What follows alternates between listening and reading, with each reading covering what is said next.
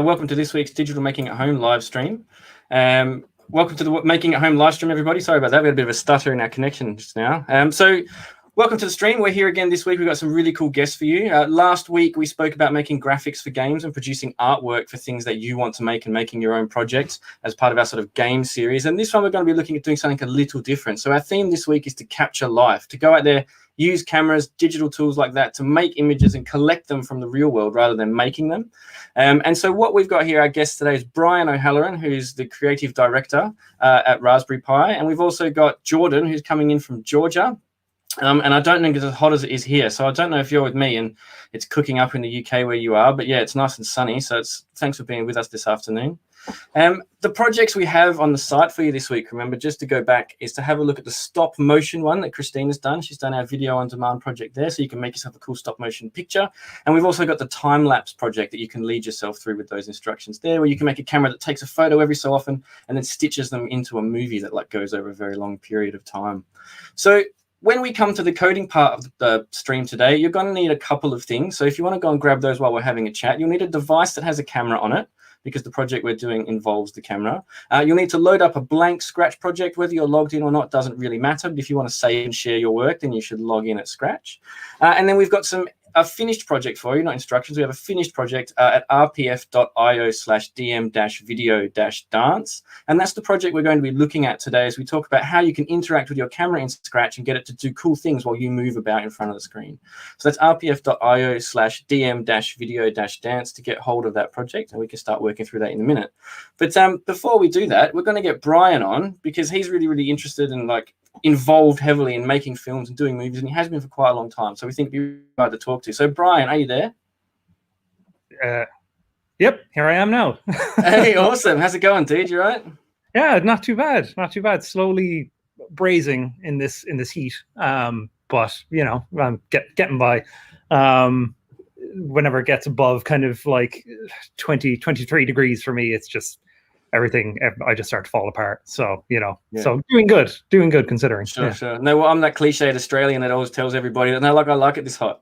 And everyone sort of groans and rolls their eyes and they're just like, yeah, sure you do, mate.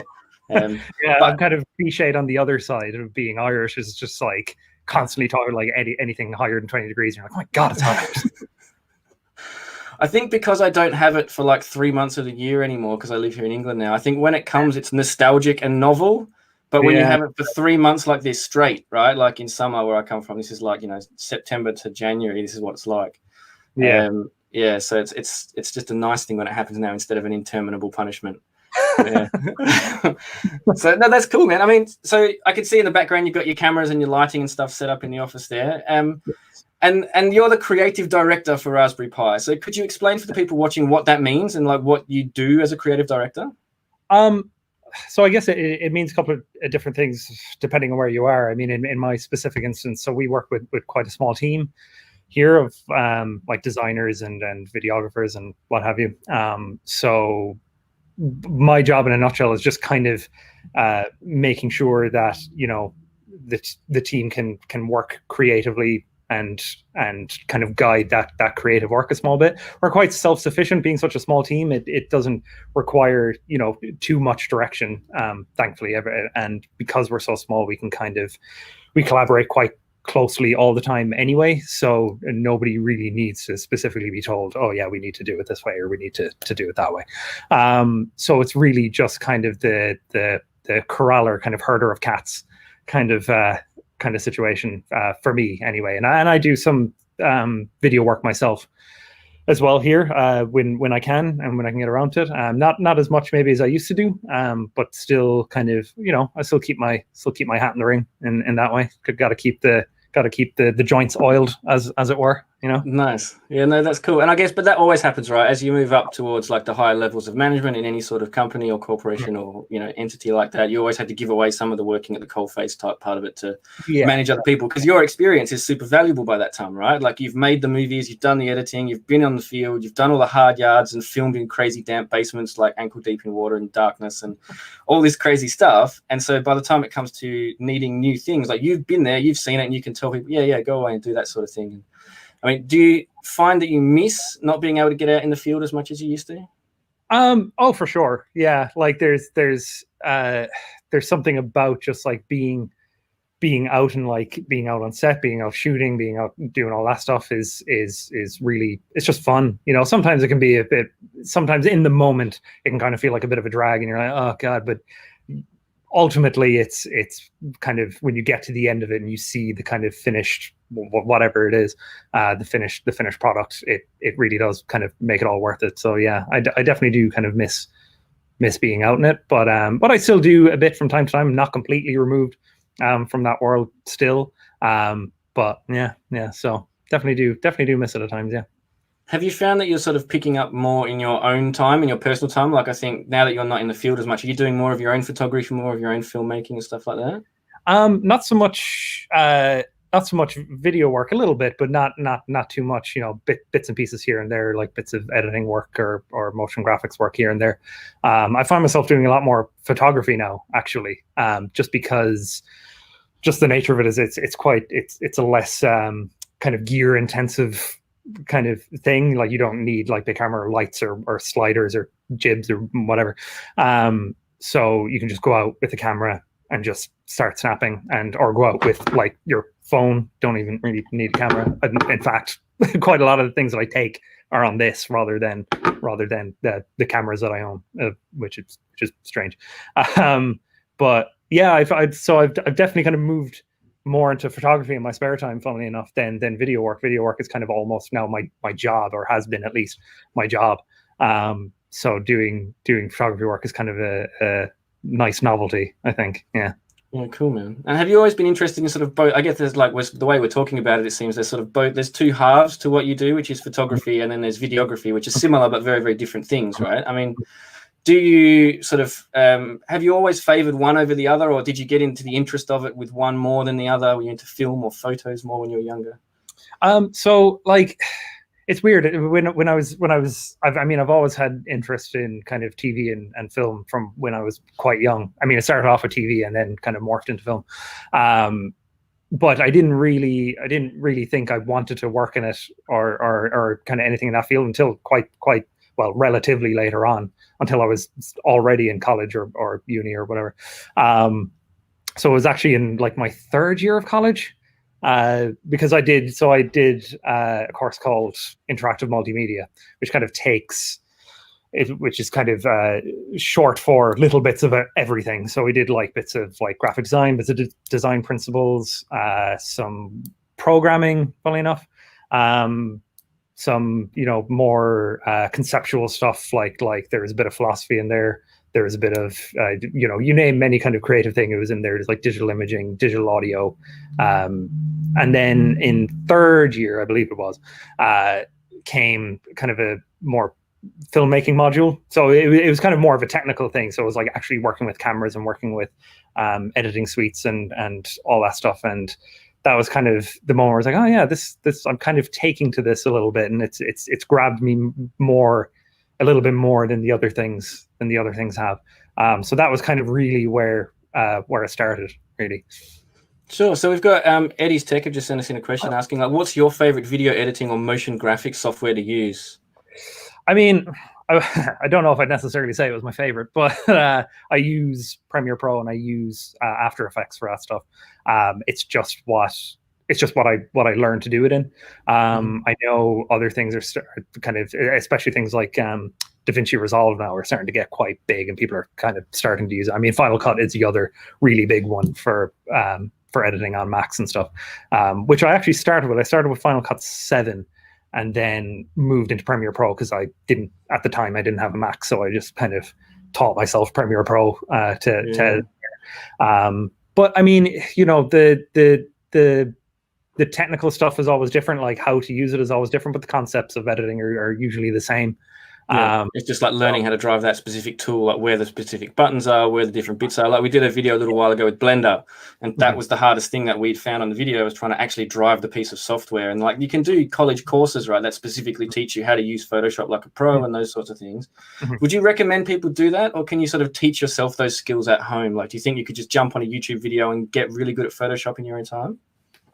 I mean, I personally think so. Like I went to college for it. I didn't use Premiere Pro in college. I used After Effects a little bit in college.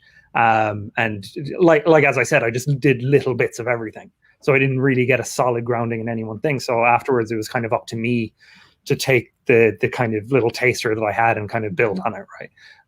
So I do believe you can do that. Like most other things, you kind of learn by doing a lot of the time. Like there's we live in an information age, right? So you can get all this stuff on YouTube, you can get all this stuff online, and become pretty nifty at it. But at the end of the day, the thing that's going to teach you the most is just diving in and doing just the thing. Yeah, right like on. Yeah, that is the thing that'll you can look at tutorials to teach you like best practices and like shortcuts and kind of shorter ways of doing things. But I personally really do believe that just mucking in and just messing with it is the best way to go. Yeah, totally. I mean, beyond editing software and doing those sorts of things, is there a lot of, like you're saying you did programming at college, like is there a lot of computer science and technical knowledge involved in making films?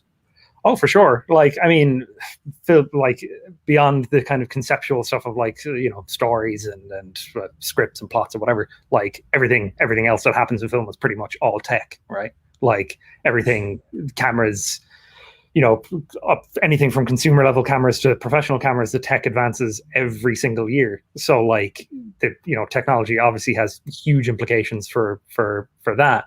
And that's just in actual live action shooting. That's to say nothing of CGI working in special effects or VFX houses or anything like that. There's so much. Like, I mean, look at a Pixar movie. Like, that's not all just people kind of drawing out these things and animating them, right? There's heaps of programming that goes into these things. There's heaps of kind of actual computer science work that goes into these things. That goes above my head. Like I'm fully willing to admit.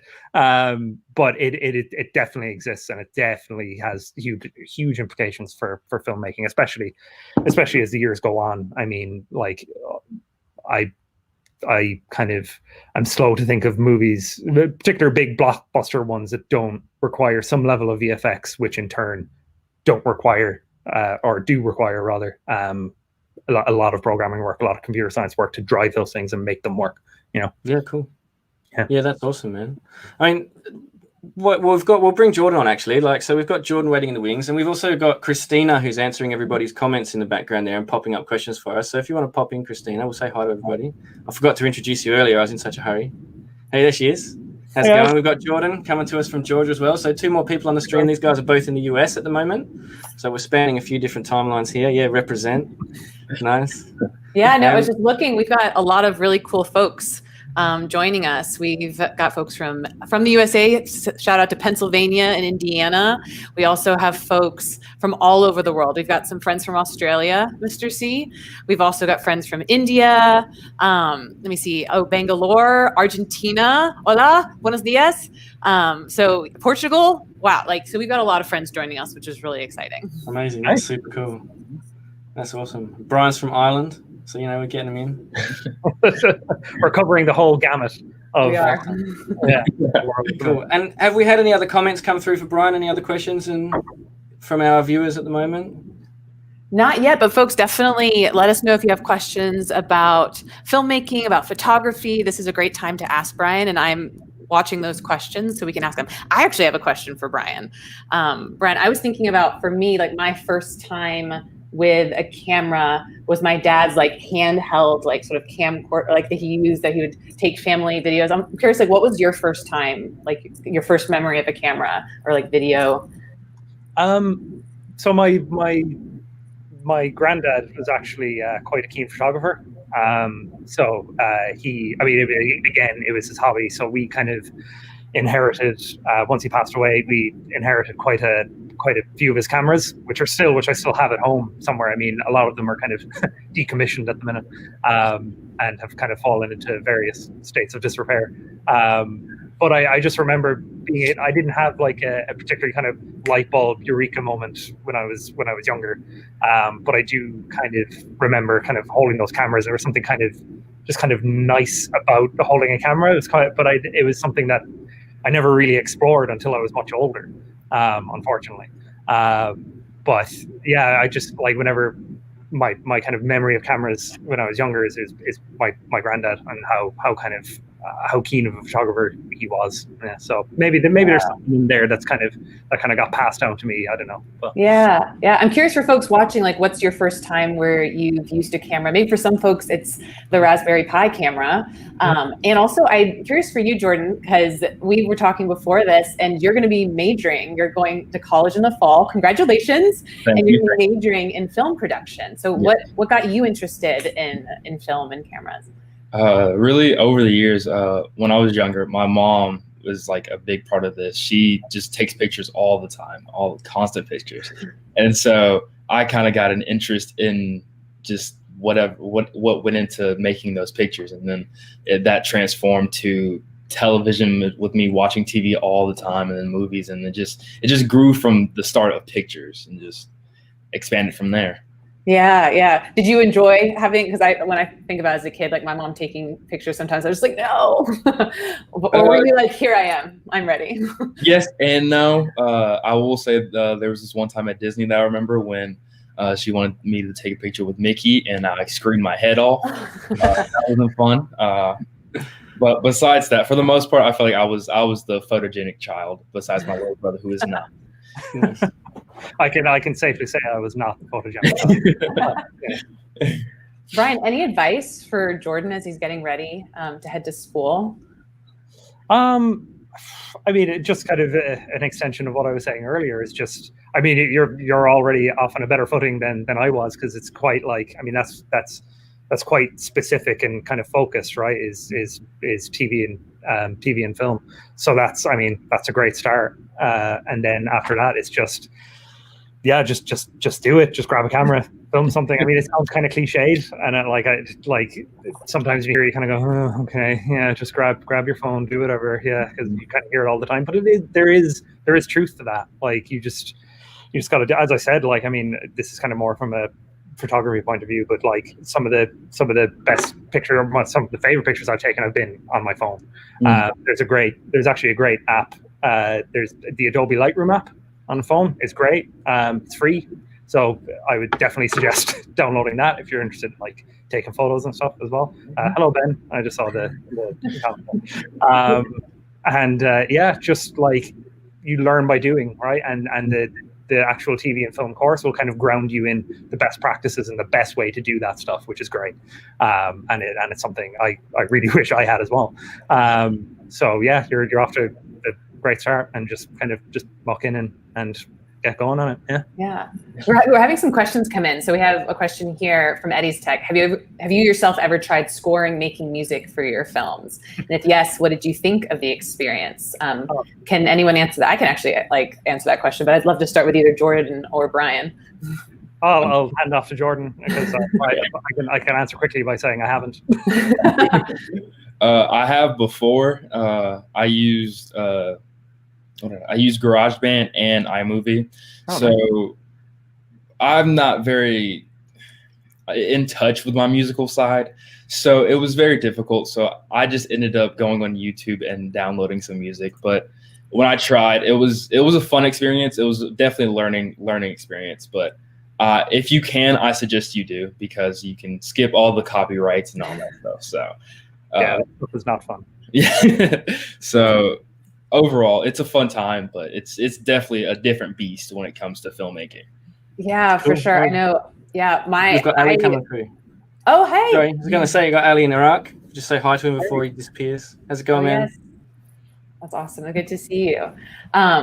Same thing of like using GarageBand, and my background's, I took piano as a kid. And then just really, like, it's funny for me because I loved filmmaking as a kid and made a bunch. I always convinced my teachers in high school and in college that our final projects, instead of an exam, should be a video. So I have lots of Spanish videos that we made from like running all over campus and talking to people in Spanish and interviewing folks. And then, trying to make, it was hard. Ultimately, it was hard. Like, people who make like music for film are very talented, because you have to try and get that energy and figure out the timing. And there's just so much editing there on top of trying to create like an actual video. Yeah. And I mean, that's the thing, right? It's like there's kind of a like scoring scoring and like, if we're kind of breaking it down more, like scoring, color grading, all that stuff, like there's kind of there's a reason those jobs are like separated out in kind of big productions, right? It's because they take so much time, they take so much expertise. So it's like, it's when you're kind of doing that stuff for your own, which you kind of pretty much have to do if you're just filming your own short movies, like just don't be too hard on yourself if it's not going the way you expected, or if it's not going because like, yeah, you're basically doing like 5 jobs in one. So yeah, I think that's the thing that a lot of young people forget too. Like, you come out of watching like a huge AAA blockbuster film, and the credits alone go for 10 minutes, right? That many people worked on making that 90 to 2 hour, like 90 minute to 2 hour film that you've just watched. Like, you know, hundreds of people work on that thing, and their jobs are all quite isolated from one another in a lot of respects. But I mean, that's who we spoke to Lee last week, and he was talking about being a VFX creator and how he has people on his team who do all the maths for making explosions. Like, he doesn't even do that part of it, you know. He just like does the color palette and different things. Yeah. I mean, there's people on like Pixar movies whose job is just rendering hair. Like, you know, yeah. I missed the boat on that one, but. Just saw a really great question from Nadia. First of all, hi Nadia, thanks for joining. And she's with some Code Club like kids. So first of all, shout out to our Code Club and like Dojo family. And they want to know like the best place to start. Starting, I imagine, with film. So maybe like Jordan, you could talk about that if you were to give advice. And we'll also be doing a project today. That's a really great place to start with Jordan's support. And but Jordan, yeah, if a young kid was to say, "Oh my gosh, you're going to college for filmmaking, like how do I start? What should I do?" I'd say get a camera and just start taking pictures or just filming anything that just pops up in your head.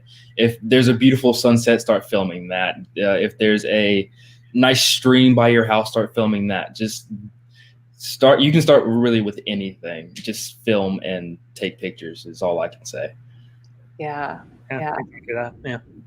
Definitely. I think we had an earlier question of just like how to improve my photography. And I think like it's the same thing. Like, I love taking photos, and I've been exploring photography during this current time. And I think it's just, you just have to keep taking photos. Like, you have to, like, you don't know what your style is. And I think so often we wait for the perfect photo or the perfect like capture. And it's like the perfect scenes that we see, those are one of hundreds. Yeah. Like, someone has taken hundreds of photos, and we don't see those. We don't see what's on the hard drive. We see that final image.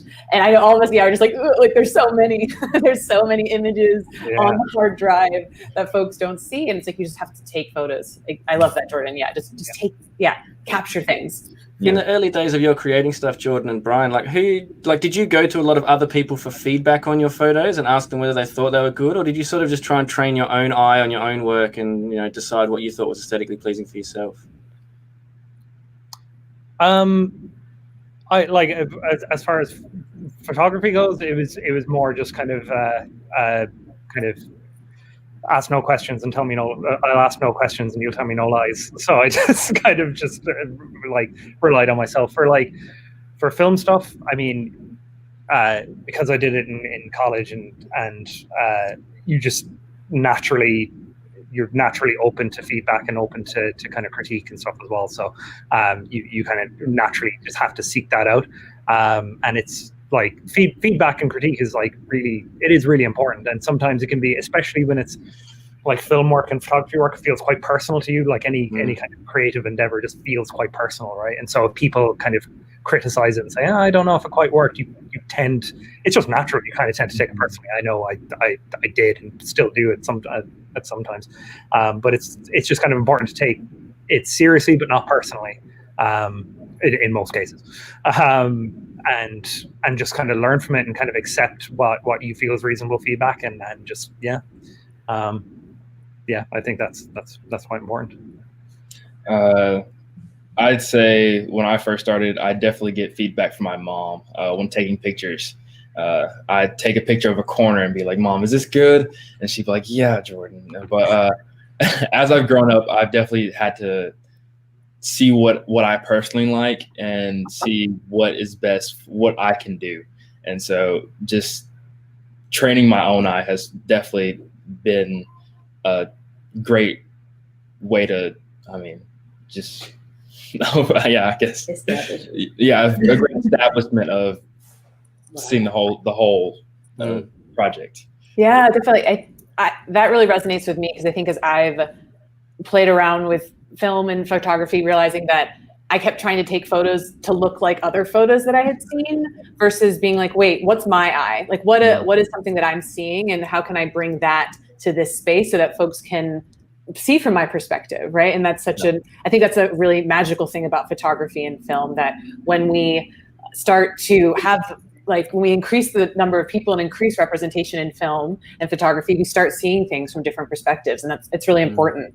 So I think it's a really powerful thing, because so often, I was finding myself being like, oh, it doesn't look like that. But I was like, wait, no, I want it to look like what I want it to look like, and use my eye. So it's exciting. I'm excited for you to be going into film, Jordan. Yes. Excited for you to bring your eye there. That's kind of a good point, is like, especially when you're kind of starting out, you have that opportunity to kind of experiment, and that's like, it's just really taking advantage of just starting out, is that you can just try anything and really kind of, as you said, Christina, just kind of hone your vision and hone your voice and kind of all that stuff. It's really, it's that exciting. Yeah, definitely. That's awesome. That's really cool, man. Like, and the potential you've got going into college, right, to produce whatever you want, and being the confident guy that you are, I'm sure you're gonna absolutely crush it, man. Like, Thank you. No, you're gonna kill it. I can tell. That's awesome.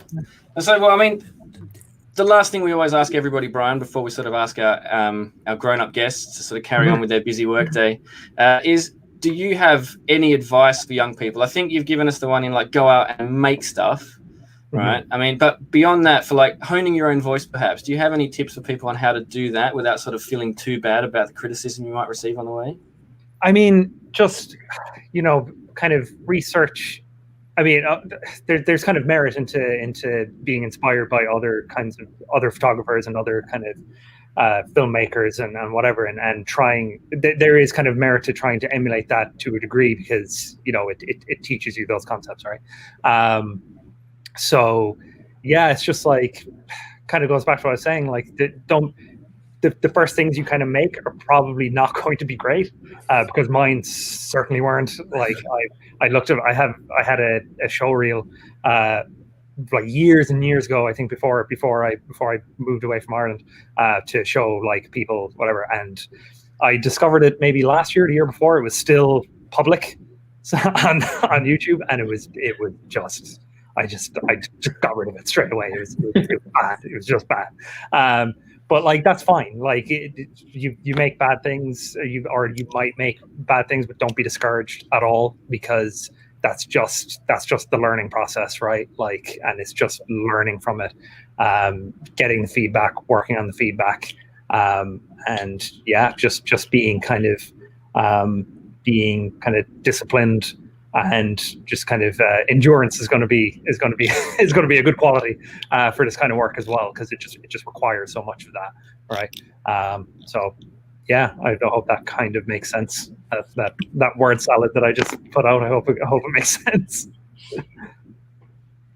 Definitely. Yeah. No, I think it's just embracing it. That's it. Have you got any questions for Brian before we carry on now? I do have one question. What is like the most important equipment, would you say, when it comes to editing? Sorry.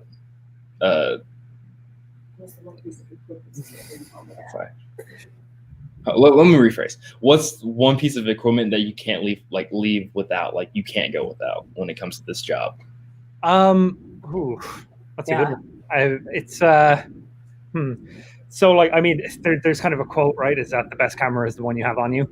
So, like, essentially just like this most of the time. I know I keep doing this, but like, if we're talking, and it kind of depends on what you want to do, right? And that's the fun thing about filmmaking, is that, like, a camera is a tool, right? Like, that's essentially what it is. Camera is a tool, and it's trying to figure out what the best tool for the thing you want to do is. Like, sometimes it legitimately is a phone. Like, sometimes that is the best thing. Sometimes the best thing is taking like a DSLR or an actual film camera.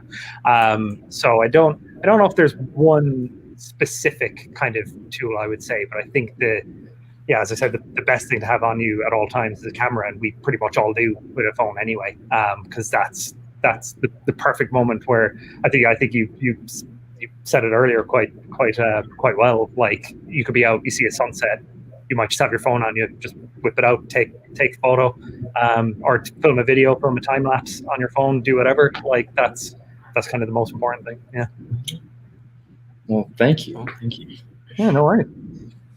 That's cool. Yeah, thanks for being on the stream today, Brian. It was really informative, man, to have a chat with you, like someone who's in the industry, making movies, doing that sort of thing. That's really cool. Yeah, no worries. I mean, I hope it was valuable, and yeah, this was fun. It was really fun. Yeah. Awesome. Thanks, man. Yeah, no, super valuable for everybody watching, I'm sure. So thanks for coming along, man, and I'll catch up with you later. Nice one. See you guys. Awesome. Cool. So, dude, how was that? Interesting? Definitely. I actually I learned a lot from that experience. I'm glad that I was able to do that. Yeah, cool, man. Yeah, no, Brian's really cool. Like, and he knows loads, and he's a machine. Like, he pumps out videos like nobody's business at work. It's impressive to watch, actually. Yeah. It reminded me too. He made me think of. He mentioned that piece of like having like some old stuff on YouTube. I made a video in college about like some Spanish, like subjunctive tense, and my students found it when I was teaching, and they were like, "Is this you teaching the subjunctive tense?" And I was like, "Oh, at private." I think at private. But yeah, it's you see things you've done in the past, and you're like, "Wow, I've learned so much since then." I actually have a French video that I did with one of my friends that's up on YouTube right now. I need to take that down, but it's interesting. It's interesting to say the least. Yeah, but my advice to language teachers is if you can just have kids make videos, like I learned so much from doing that because it forced me to use the language. So what was your French video about? Or like, what did you do? We had to make a dish called le mandazi. It's pretty much just scones, cinnamon scones, and it was just a cooking video. It was bad. That sounds amazing. It sounds amazing. It's already. I love it. Well, shall we do some coding? Yes. Yeah, totally. Yeah. Cool. So, we had the project that we were putting together was the video dance project. So, for those at home who are watching, what the video dance project does is it asks you to follow a sequence and then sort of tap different colored blocks on the screen in order to get a response from the game, right? So kind of like a mastermind game where you memorize a sequence and repeat it. And it's like quite a complicated project, really. So like I'll share my screen with you and you can have a look and see what I'm talking about, right? So it's actually a fairly complex project when you have a look at it. There's a lot of code here on one of these sprites, and then these sprites here are the sprites that you touch and they respond. And we can see here, if I zoom in a little, we can see this green block in the middle here about video, where we use the video add-on, and that's sort of the core of the project, right? So what it does is it detects when you move and you touch a specific sprite on the screen. So I thought what we'd do is we'd take the guts of this project, the important part of interacting with the sprite with your hands, and we'd make ourselves an augmented reality drum kit. It's pretty straightforward. We could do it fairly quickly. So if you want to open a blank Scratch project, we'll start from complete scratch. If you don't mind the pun, of course. Terrible. I love a pun. I love it. Terrible. Okay, we've got a new Scratch project open. That's cool. We should have that turns up in the bottom sprite tray. So we just want to have an empty anything. And you want to make sure that we're going to, all gone. Cool. And so if you want to add a new sprite for me, man, so click on the little face down the bottom right, and you'll see under music, there's a bunch of drums. So just click on the circle, and it should open you up a new thing about sprites. That's the one. Cool. And we want to go to music, and you'll see there's a drum kit. So just choose the one that says, yep, that's it. You can pick that one. Sweet. Okay, so this is a sprite that comes in, and the whole thing, it's already got all the sounds added to it that we need. It's got different costumes on it already, right? So we can just take this sprite that exists and mess with it. And so what we want to do is on this one, grab a when the green flag is click block, because we want this to happen at the beginning, and we want it to happen forever. So after you've done that, clip a forever block on the bottom. Sweet. So now what we've got is a thing that's always checking. It's always running. As soon as our program starts, this script is just going to go forever. It's just going to keep doing this thing until we tell it to stop. And then so inside that, we want an if, right? So we're going to check to see if you, Jordan, are tapping that drum kit. And if you are, then it should play a sound for us. So we need an if statement inside your forever. So if then. Cool. And the things we're comparing now, so like inside that, we need to know whether you are moving your hand fast enough behind the sprite for it to register. So what you want is an operator, and you want a greater than. So you want the greater than operator from the green menu. It's the one with the crocodile chomping to the left. Or is it? That's the one, man. Cool. And so point where we can add the sensing bit for our video, right? So if you go to the add-ons button at the extension left, that little blue square, it'll bring up a bit of stuff for us. And the one we want is video sensing, one with the hand in front of the camera. Sweet. So everybody at home, if you want to add this extension, it might ask you, can I use your camera? Just say allow, okay? Because Scratch will always ask you for permission to use your system resources, and your camera is like a really important thing for privacy. So it's going to ask you, can I use this camera to take a picture of your face? And you kind of say yes to it because we know what it's doing. In other circumstances, if it asks you that and you haven't asked it to do something, don't let it can have your camera. Okay, so like unless you've asked it for something like that, guys at home, and you want permission and it's asking you and you know, then you can say allow. Other than that, it's probably not a good idea to share your camera with something you're not aware about. But it should have given you now all those awesome new blocks, Jordan, on the left. So the one you want is the second one from the top. It's the round one that says video motion on sprite. Yeah, sweet. So that is the core of our whole project right there. That's the machine that makes it go, dude. From here, you can just replicate this into a whole drum kit, right? Like the hard part of the coding is effectively done. So once you tap on your drum, what do you want it to do? Yeah. So we've got to add, so that's the thing. So now it's sensing us. It'll be checking that you're doing it, but we need to tell it what it should do when it senses that. So we want it to what? Play a drum noise, right? Yeah, totally. And it's also got another, looks like it looks like it's been bashed. It's got like little vibration costumes tab at the top left there. And while you're grabbing that, just a reminder, folks at home, that blocks. If you want to, we're having a little internet issue, but I just want to remind folks at home, you can go to rpf.io/dm-video-dance, and that'll take you to this project that Mr. C is walking us through today. Cool. And then so in the middle one, man, use the next tab across. That's it. And see, we've got 2 costumes on it now. On the left there in that list, there's 2. If you click the second one, it shows you it looks like it's been struck or, right? So we're going to get it. So when you touch it, it's going to flip those costumes and it's going to make a thump sound, like you've just kicked the kick drum.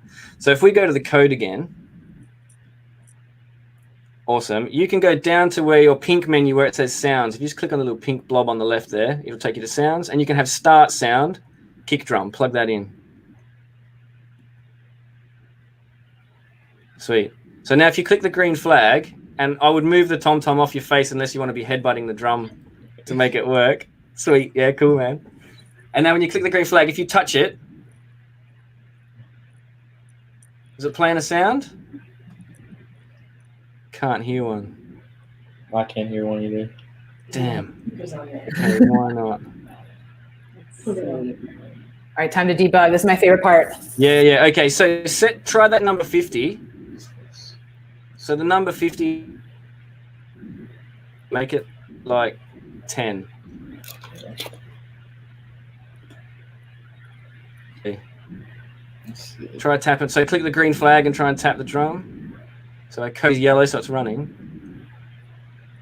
Damn, it's not working. Motion on sprite is greater than 10 then. So stop the code for us. Let's do another thing. So go to looks. We're going to see if we can make it change costume because we'll make sure it's not a.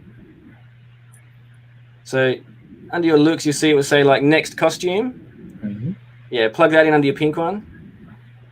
And then put a wait block from control. So your orange blocks are control ones. Put in a wait, and it will say like wait 1 second. That we want it to be slightly less than that, like 0 point something of a second. That's it. Up a bit underneath the yellow blocks, man. So if you click on, that's it. There's 2 oranges in Scratch, which is like I always find frustrating. Cool. Underneath this one, change that number to 0.1 or 0.5.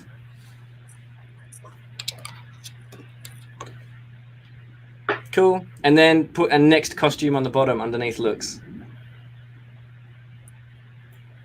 So what that'll do is we'll play our sound and it will change costume, and we should be able to see that if it's working. If it's not, we can tell it's probably something to do with the sensing.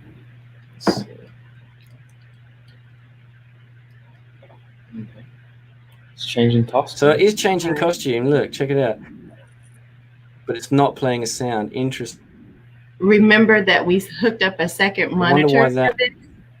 Can you, Oh, that might be it. Yeah, it could be that the sound is coming out monitor. Yes. Okay.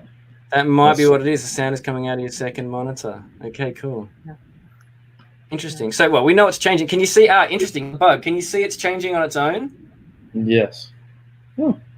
It's touching the clock. It thinks the clock is your hand. Right? So what we want to do, so let's change our sensitivity back to 50. If you change your sensitivity, it should stop it from doing that. Yeah, cool. So let's see if that... No, it's still doing it. It still thinks your clock is... So you can see it responding though, right? Like it's definitely responding. That's cool. All right, so what you could do is if you shrink the sprite down a little bit, so underneath the picture of your smiling face there, you'll see one that says size and a little window with a number. Put that down a little bit, just like make it smaller so we can make your drum kit a little smaller.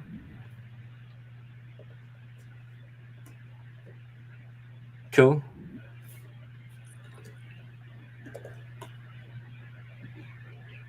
Yeah.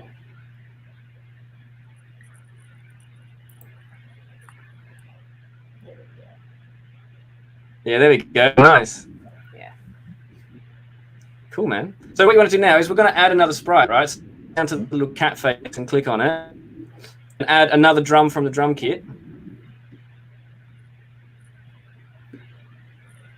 Yep, perfect. Pop that in a different place. And then if you go back to the other drum kit that we've got, so the one that already exists, the sprite's underneath your video window, you can literally just grab the green flag block and drag it across to the other drum, wait for the sprite to do a little wiggly dance thing, and then let go. And you'll copy all that code across to the next sprite.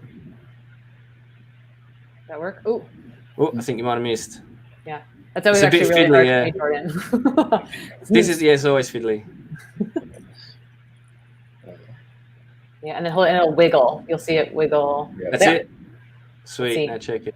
Okay. There it is. Cool. So even though that's there, it's not going to really work quite well because it's still playing the sound from the other drum. So in that little pink sound block, pull down the little drop down, and then you can sort of like pick a different drum. And then that should play a different sound for you. And so when we react with it, it should change its costume. So green flag, because you can see, so see how the code doesn't have a yellow outline? It's not active. There we go. Nice, man. Cool, your turn. All right, so now add a third one, man. You go for it.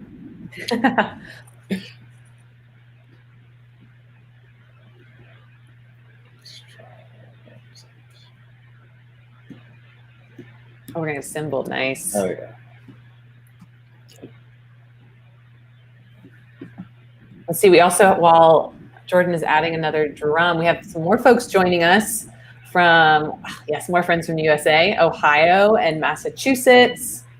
And then we have a suggestion just to try and check the sound if we want to check it. Just make sure it's working on Scratch. Thanks for that advice, Eddie's Tech. We also have someone from Mexico joining us. Thanks for joining us, folks. Let us know what you're making on your Scratch page, if you're adding drums or if you're adding different sprites, and how you're using your camera today. Feel free to put those in the comments. We'd love to hear from you. Well done, man. That's awesome. So we got them working. Nice. Sweet, cool. So that's it, right? So that's augmented reality, essentially, right? So what we've got now is you've got this real overlay that's you, and then the rest of it is sort of like thrown together with like sounds and different bits and pieces, and you can add that. And like that's the whole principle of working with the camera in there.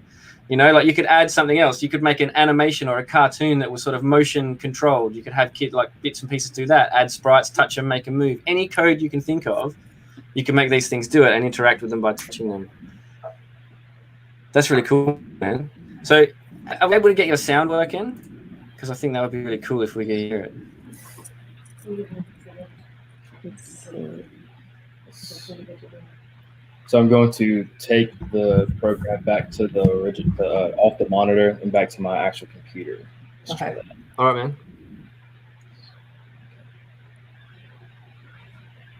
While he's doing that, we'll let him do that and test out that sound.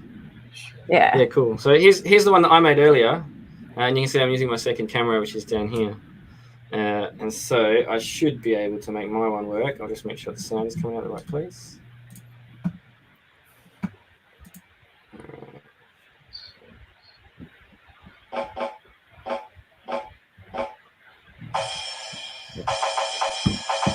I hear sounds. I don't know where they're coming from.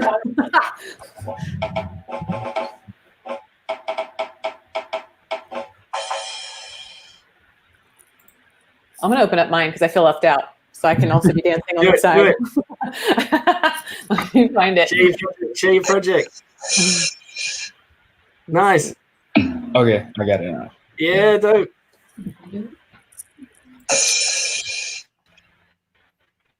Awesome, man.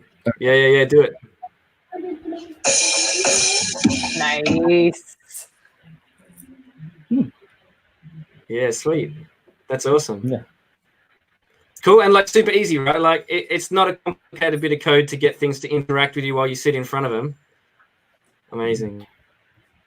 Yeah, this is such a neat project, and I feel like this is a really cool way for kids to see the connection with video and code. Like I didn't even know Scratch could do this only until like I saw this project, honestly. Like you could actually add an extension with video. And I think it's a really neat thing for both like kids and parents and teachers to feel like you could do so many things with this. So yeah, definitely right. And that's it. Like because the tool. Hang on a second, I'm going to stop my code because it's like seriously playing cymbals right in my ear. And the whole time I was talking, bang, bang, bang, bang, bang. I'm like, what is going on? That's why my code is still running. But like, if the core concept of interacting with the machine, right? Like that's all that is. And then from there, it's what do you want to do now that you can wave your hands at the machine and make it know you're there? You know, like you could play Fruit Ninja, right? That'd be a really fun idea you could do with that. There's so that there's heaps of ideas you could build just off the back of that little piece of kit. You know, it was really cool. You picked it up quick, Jordan. Yeah. You just flicked it together, man. You're a pro. Nice work. Nice work. You can show your brother. You can feed on it. He'll just do his Lego move and play with it, right? He'll get you to build it, and then he'll play with it. You do all the hard yards, and he'll do all the noise. Pretty much. That's how a relationship works out. So, man, I got a little brother too. He was always the player, and I was always the Lego builder. That's all right, man. I mean, we're seeing some folks suggesting. Someone suggested like using a makey kit. That's definitely a great idea. Like we've used those before, and I think those are awesome ways for kids to see the connection between code and just like actually like touching something, and, like using like a drum kit there. Yeah. Yeah. Have you ever seen my Flappy Bird suit? You haven't seen? I made a full size. You put it on. It's like a breastplate, like a suit of armor with wings, and you connect it up to a computer, and you can play Flappy Bird by flapping really hard. This is new. That's using a makey. When you come to the Cambridge office, we'll get it out. I'll set it up in the atrium with a projector. We'll play Flappy Bird. When I get to come to the Cambridge office again, one day. The next toy I'm building, right, is so like, let's say me and Jordan were playing. We'd each put on like a suit of armor, like it'd cover your chest, and it were 2 plates on your arms. And then you have a little foam sword that's conductive. So I've made these little swords that conduct. And so you can basically like fence each other with a soft sword. And when I touch your breastplate, the character on the screen will like have his arm fall off or something, right? Like until you've got no pieces left. So yeah, that'd be. Hopefully, I'll have that built by the time we all come back to the office. I cannot wait. I can't wait. Do you think would you be able to build it and like have it where until that time we can all come back to office where I could build one here and you could build one there and then we could play our game together but in different places? I would have to think about that. We might be able to do that with cloud variables in Scratch. Yeah. But the thing is, it might be like you poke me. And then we wait 30 seconds, and then like, you're like, do I have an arm? Did you get me? Game. Oh yeah. I don't think that Josh is coming on. He's I don't know where he went, but he just ran off. Okay, we miss you, Josh. Shout out to Joshua and Jordan. The last time I saw you two was Coolest Projects, which was this year, but it seems like so long ago. Real early March. And that was super neat. Like, I think actually both you and Joshua had projects related to camera. I think yours was like Google, right? Yes, it was it was like Siri and the Echo Dot. It was kind of like an automated housing thing. So. Oh yeah, definitely. Like, it was super neat. And then I remember Joshua, I think he had 3D printed like attachments for like cameras. Yeah, I remember. Microscopes. Microscopes. Yeah, exactly. Oh, super neat. Like that. Oh, that's like such another neat way, right? Like when this thing here, like I know, and I'm pulling to Brian and just holding it up. Attachments that you can add to it. One thing I've been wanting to get is those attachments where you can add to your camera. So you can take like, what is the word? Like micro like a micro Macro lens, a macro photos, lens. Yeah, because I've been just taking photos of my garden. Like, that's what I've been doing. It's actually been really neat, like just zooming in to the growth of like sunflowers and stuff that I've been having here. So that's been like really cool. Yeah. Neat. Oh, are you frozen, Mr. C? Well, just you and me, Jordan. Am I? I don't know. Maybe. You're back. You're back. My internet had playing up. Definitely, yeah.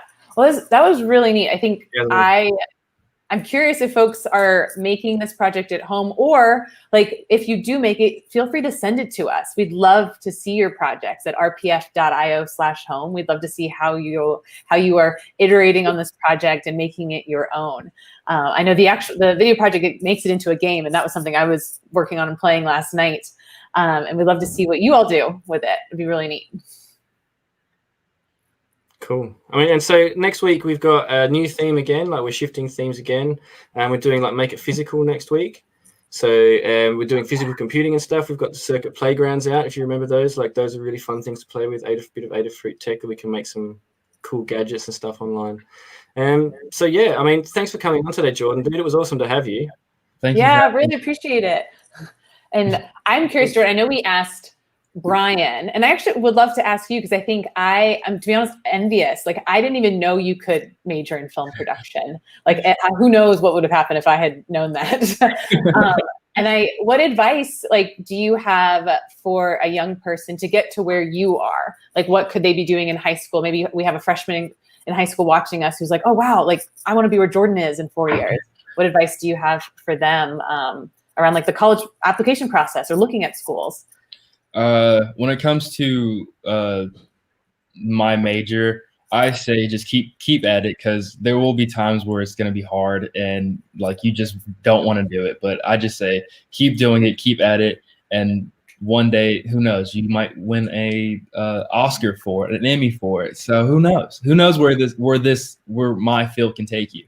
And when it comes to college applications, I say keep your eyes open, because you never know what one college has that another one doesn't, that may boost your career plan. So just keep looking, keep your eyes open, and have an open mind when selecting college. So yeah, definitely.